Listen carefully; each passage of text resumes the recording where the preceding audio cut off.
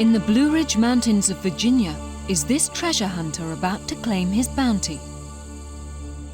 Does this ancient slab of Viking writing mean America was born in Minnesota? And could this coded book reveal the elixir of life? Like all old buildings, the Dutch house near my home in Colombo hides many secrets amassed over 3 centuries since the days when the Dutch were the rulers of this much colonized island. Within these walls, the Dutch stored this piece of paper, which must have been classified as top secret. It's a treaty they signed with the local rulers. In the version the Dutch made public, they agreed to destroy all the forts in the island. But in this one, which was for Dutch eyes only, there's no mention of any such promise. And the Dutch, of course, held on to the forts and to power. We've only to read both versions of this treaty to find the truth of the matter. But all over the world, there are writings, inscriptions, coded communications, mysterious maps, and weird manuscripts which have fascinated, obsessed, and usually frustrated the experts who have tried to crack their secrets. In this fairy tale castle deep in the forests of southern Germany, Kirsten Seaver hopes to find the key to the world's most controversial map. But across the Atlantic in Washington, D.C., Dr. Bob McGee contests her solution to the mystery. They disagree over this piece of parchment known as the Vinland Map. It's claimed to be the first documentary proof that the Vikings discovered America. In the far west, this scrap of land can only be North America. Its outline matches the Newfoundland coast. But the map has been dated to 1440, 50 years before Columbus set sail. In the top left-hand corner, an inscription says that the map is based on information passed down from Viking explorers. On Columbus Day 1965, Yale University announced it had bought the map. An outcry ensued. From the first, there were those who doubted the map's authenticity and demanded to know its history. But this man, Lawrence Witten, who sold the map to Yale, would not explain where it came from. Tests proved the parchment was medieval, but scientists disagree about the age of the ink. Archaeologist Bob McGee rests his case on historical facts. He believes the map may well be genuine. Well, the Norse were quite expert at navigating east-west across the Atlantic along single lines of latitude. So the latitude of locations would be the type of information which we can see being very carefully passed on to later generations of sailors. And this information would have been available to European map makers of the time. And if we look at the latitudes of the Vinland configuration on this map and compare them with those of Europe, it's quite remarkable how they do line up. If we look at the southern tip of Vinland and go across to Europe, we come to Brittany, or the northern end of the Bay of Biscay here. And if we look at a modern map across here, from the northern end of the Bay of Biscay and go west, we find that it matches almost exactly the southern tip of Newfoundland. Now, the northern tip of Newfoundland matches with about the south coast of Ireland. And if we go back to the Vinland map and look at this first big inlet and measure across to Europe, we find that it matches with the south coast of Ireland. So this configuration from Bay of Biscay up to the south coast of Ireland correlates very nicely with the island of Newfoundland. It's known that the Vikings did reach North America. In the 1960s, archaeologists found the remains of their settlement. To McGee, the dates are everything. Now, if a forger had drawn this map back in the 1920s or 1930s and wanted the latitudes to match up with what they thought at that time the Norse had known, the island of Vinland would have been placed much further south, because it was fairly commonly accepted that Vinland would have been somewhere down Cape Cod, the mid-Atlantic states perhaps, whereas since that time, all archaeological evidence and most scholarly evidence now concludes that Vinland must have been the island of Newfoundland or the Gulf of St. Lawrence, well north of where it used to be thought to be and exactly where it is shown on the Vinland map. McGee's theories are thought small beer in Bavaria. Kirsten Seaver is quite sure that the map is a fake. It would be like the virgin birth. It has no tradition behind it. It has no reality around it. It cannot be. Seaver is convinced she knows who forged the Vinland Map, a Jesuit priest who died here at Wolfegg Castle. Only he fitted the profile of the forger. The person had to be interested in maps. Secondly, he or she had to be fluent in Latin. Thirdly, the person had to know where all the bones of contention lay buried when it came to the Vinland voyages. In the 1930s, Father Joseph Fisher was a world expert on maps. He devoted his days to teaching history until the Nazis closed his college. Taken under the wing of Wolfegg's prince and princess, he spent his last years in the bosom of their family. He left some vital clues. Here at Wolfegg Castle, they have many of Father Fisher's letters. His handwriting is, of course, of great interest if we want to pin the Vinland Map on him. As you can see, it's a very impatient handwriting with a very characteristic D, like that. It's full of strong lateral strokes. The D that you see in this letter is so similar to the D that you see in this map that, for starters, it is an interesting coincidence. You will also see that he writes on paper with line guides. The more tidily written legends, such as the one at Vinland, are written with a line guide exactly 2 millimeters apart. That is not a medieval form. Father Fisher would not have thought that it was wrong to make such a map, because he was convinced that such a map in some form had existed. I believe he decided to fill in the gap. Essentially, he made the map he'd been looking for all his life.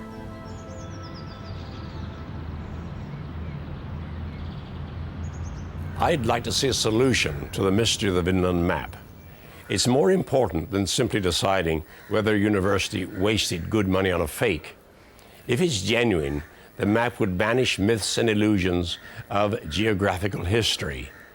It would not only show how much of America the ancient Norse explored, it might also mean that Christopher Columbus didn't come across the New World by chance, but actually knew where he was going.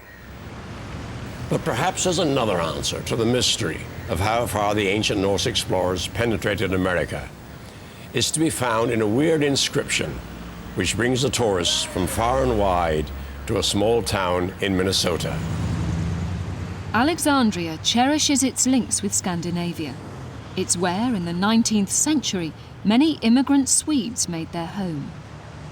The town's museum boasts an extraordinary tourist attraction.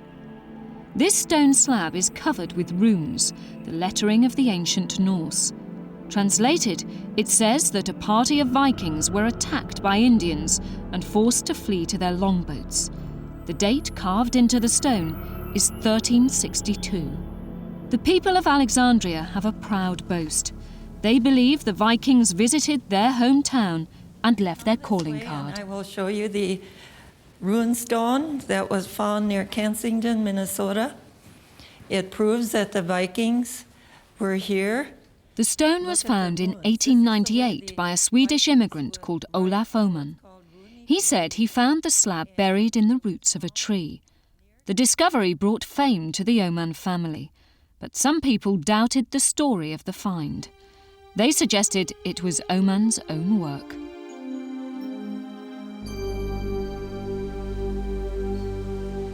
The Oman farm where the runestone was found is preserved for posterity by the town. Grandson, Lallard Kolberg, won't hear a word against Olaf Oman. My grandfather was an honest man, and he was a hard-working man. The Kensington runestone is a true Viking stone found by my grandfather on the Oman farm. And it would be to add that my grandmother was a very religious person, so they can't say that my grandfather made that stone. There's no way, because he was not educated enough for doing things like that.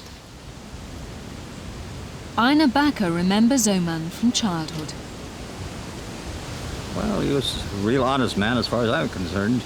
He wasn't for practical jokes of any kind. I'm sure he would not sit and carve a rock like that. I'm positive it was genuine as far as Oman was concerned. But in Landso Meadows, Newfoundland, where it's known the Vikings landed, Norse expert Birgitta Wallace is sceptical of Oman's claims. With the help of stonemason Nathaniel Patey, she is conducting a runic test.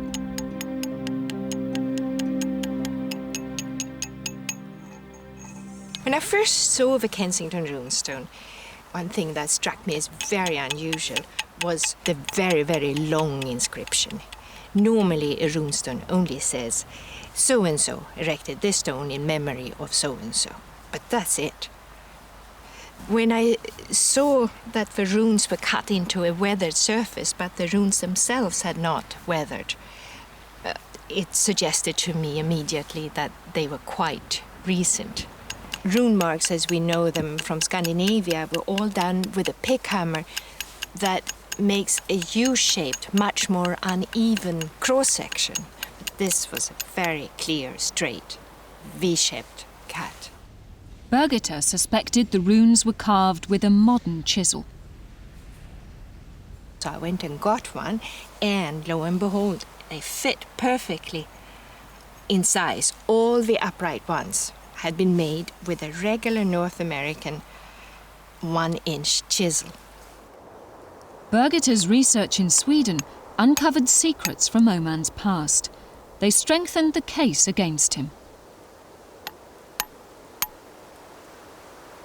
Olof Åman has been portrayed as a simple and rather dumb farmer who couldn't even in his wildest dreams have thought of something like a runestone. But he was very interested in history and read very deep philosophical things. He wrote poetry, and a very little known fact is that Olof Åman was not a farmer to begin with. He was a stonemason. I think that the Kensington stone is proof not that the Vikings went to Minnesota, but that Minnesota had a very large Scandinavian immigrant population in the 19th century. When you're dealing with the runes, it's always wise to be wary. In 1953, Swedish experts announced they'd found an inscription dating back almost 1,000 years. But the translation soon revealed a very different story. The message actually read, Joe Dokes went east, 1953. He discovered Europe. Holy smoke.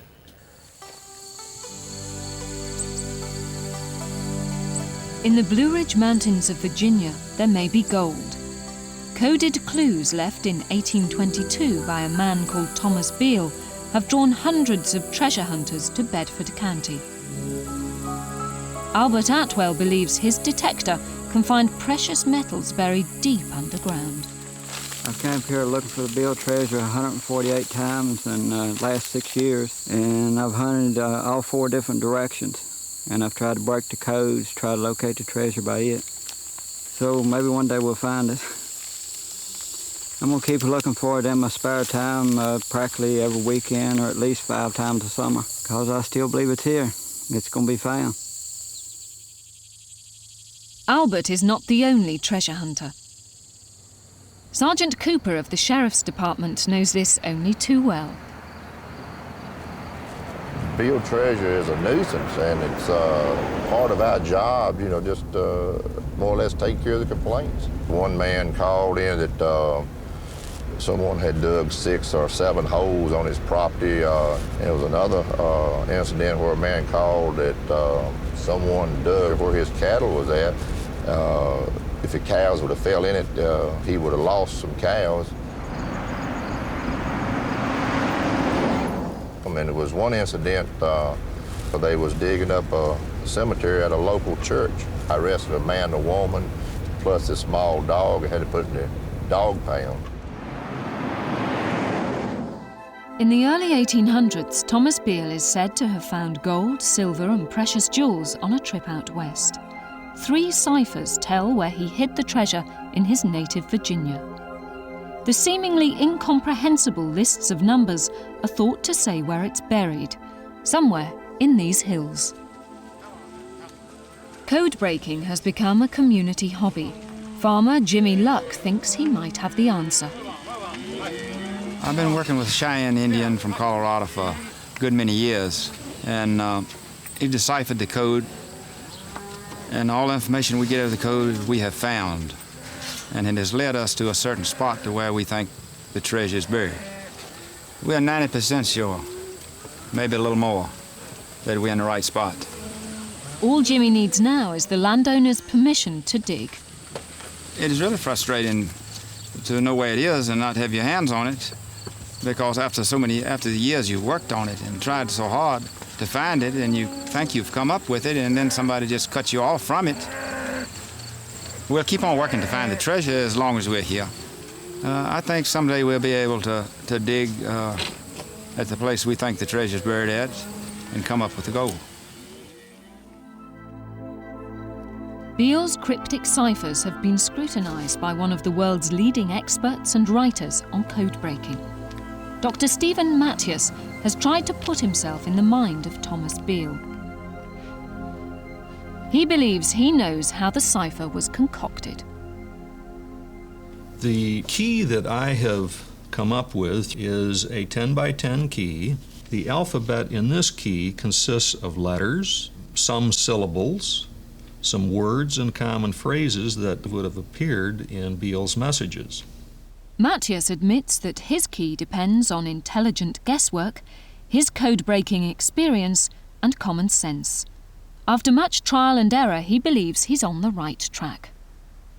So, for example, the number 21 refers to the letter in row number 2 and column number 1, which is the letter T. Number 17 refers to the letter A that appears in row 1 and column 7. And if you continue in this manner and decipher each of the numbers, you get a message that reads, "Take the road to Finn Castle. The vault is beneath a big round stone with the initials TJB." But Matthias's ingenious work may yet be in vain. The Beale ciphers could be a hoax. If Beale ever existed, and if the treasure ever existed, I feel confident that the solution method that I am proposing will be the method shown to lead to an actual decipherment of paper number 1, and will be the basis for leading to the treasure.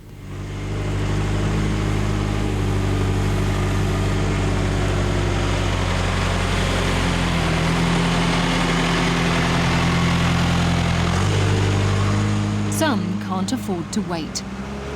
Albert has hired a backhoe.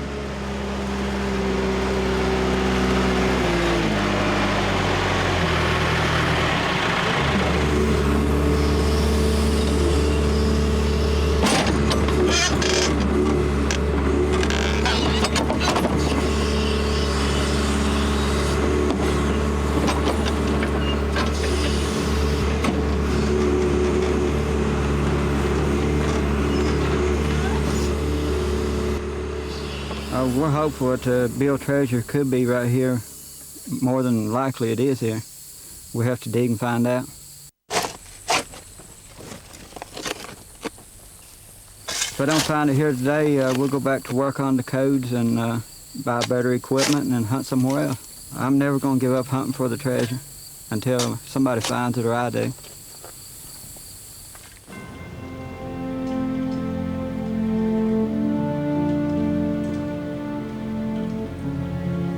At Yale University, one building stands out from all the rest. The Beinecke Library is a forbidding place. Susan Santiris knows it well. This library does mean a lot to me. As a child, I came here and saw all the books. Of course, you couldn't touch anything or breathe in there. And then as an undergraduate student, I spent hours and hours of my life. I still remember every one of them, poring over a particular manuscript that was there and trying to make some sense of it. The Voynich manuscript is an exquisite book first heard of in Prague in the 1600s. The writing seems unintelligible, but the weird illustrations point relentlessly to a hidden meaning. Theories include a medieval herbal guide, an astrological handbook, or even the elusive recipe for the elixir of life. Only one man has claimed to be close to the answer. Robert Brumbaugh was a classics professor at Yale. He died in 1992, but his fascination with the Voynich lives on in his children Robert and Susan. They find it hard to leave their father's notes untouched. Well, the first thing that hits you when you see it is it should be something that you could just pick up and read with just a bit more effort. The illustrations are beautiful and vivid. There's a combination of scientific work and there's a humor to it that's very arresting. Together, Susan and her father identified 14 distinct characters in the Voynich. Some seemed close to our own writing, others quite strange. Brumbaugh's inspiration was to use numbers to translate the manuscript.